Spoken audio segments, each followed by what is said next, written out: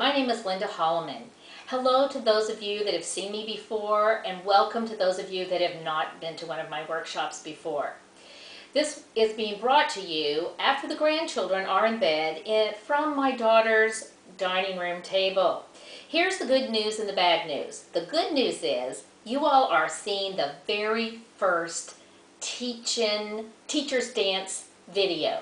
The bad news is you're seeing the very first Teacher's Dance video. So we're going to be doing this together. It's a journey. We are taking our first step. We may go backwards a few steps, but we're going to try to keep going forward. Because what we want to do is be able to bring to you very quick little snippets of ideas and activities and thoughts about how you can become a better teacher in your classroom. We're going to remember that teaching is fun. It should be fun. It should always be fun. It can be purposeful and meaningful, but it also can be fun in the classroom. Teachers ask me all the time, or say to me all the time, Linda, teaching just isn't fun anymore. And my response is, there's only one person responsible for making learning fun, and that's us. So what I want us to take a look at today is what I really think about as the art of teaching. Teaching is an art. Not everybody can teach.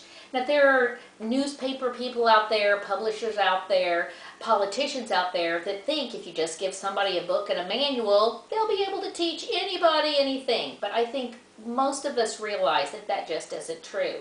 It takes a lot of thought and planning to put together a good lesson. Now in relation to literacy centers, the other thing that you want to think about is what materials are you using to teach that skill or concept that can then be transferred into the center. And in thinking that way, you're eliminating a lot of explanation time that's going to eat into your teaching time because you're using the materials to teach that are then going to be used by the children in the classroom. So let's take a look at an example of that. One of the things that I really like to do as I introduce a skill or concept is use good children's literature. We're going to be looking at compound words today, and this is a little book called Once There Was a Bull, ... Frog by Rick Walton. Now I'm going to read a couple of pages to you so you can see what this book is all about.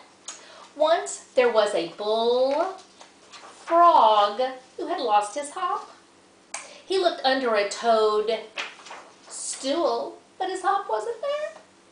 He looked behind a dog house, but his hop wasn't there. He looked under a hedge hog, but his hop wasn't there. So you see, this book goes from page to page using compound words. What better way to introduce compound words and then have an opportunity to talk about them with your children? Now, after we read this book, I have flip chart, or you can use your smartboard, and we're going to list all of the compound words that were in this book. And that's just the beginning. Now, I have purchased these little puzzles. And these are compound word puzzles, and I have put them into Ziploc bags, 24 pieces, because I have 24 kids in the classroom. This is going to become a hands-on, actively involved, up and moving activity as we practice putting together compound words. I'm going to take 12 sets of these, take them apart, mix them up, and then I'm going to have each child come and pick one of the pieces out. Then the directions are, boys and girls, I want you to show me just how quietly you can walk around the room looking for your partner to create your compound word. Now, the nice thing about this is there's a compound word on one side, and then there's a compound word on the other side as well. So you're getting more bang for your buck, 2 for the price of 1. So after all the kids have paired up, found their partner for their compound word, then we're going to list those words on our smartboard or on our flip chart. One thing that you want to remember is when you're doing this kind of brainstorm or listing with your kids, you want to do it in some way that that can be saved on a smartboard. You want to save that flip chart paper because you want to transfer that to the Word Work Center or wherever you're going to have the kids working with this, because you always want them to have something that they can refer to. Now, will kids want to do this just one time, or will they want to do these several times? Several times is the answer. So, because I am the teacher, I'm in charge, and I know children, I have those extra Ziploc bags ready to go. So we may do this 2 or 3 times the first time. Now, another thing to remember is you're doing this whole group with your children, but you're knowing that there are still a few kids probably that are really not getting it. So you've already planned to pull those children in a small flexible group so that you can work with them.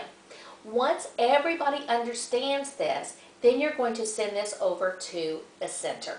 You're going to teach, whole group, small group, you're going to transfer, you're going to do the teacher dance. Woo! So you've eliminated a lot of center explanation time because you're using the materials to teach that are then going to go into the center.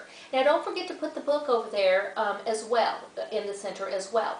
You might even want to have this on CD or MP3 player so that some of the children can listen to it, some of the kids can read it themselves, they can buddy read it together, then they have their puzzle pieces to put together. Then you have to think about what is the accountability going to look like.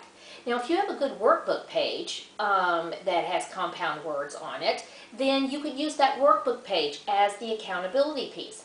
Another option is what I call a generic format or a generic accountability. These are flip-flap books, and you're all familiar with flip-flap books. They can be 4-door, 3-door, 5-door, 8-door, 9-door. They can be as many darn doors as you want. In this case, they're going to be a 2-door flip-flap book. So the children are going to record horse, shoe, and then on the inside we have horseshoe. We have rain, we have bow, and on the inside we have rainbow. So I have my children make 5 of these 2-door flip-flap books, and this is what they turn in for accountability. I can give this a grade and put it in the grade book. You know, I have lots of teachers that ask me, Linda, how do you grade center work? And that used to annoy me, I have to say. That little question used to annoy me. And then as I thought about it, it really becomes clear.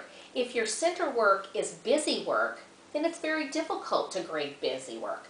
But if your center work is purposeful and meaningful and reflects your curriculum, then you shouldn't have any problem at all being able to give grades on the work that the children are doing at the centers. Think about what you're teaching. Think about also, and probably more importantly, how you're teaching it, using materials that can then be transferred into the center. You will be doing the teacher dance all day long.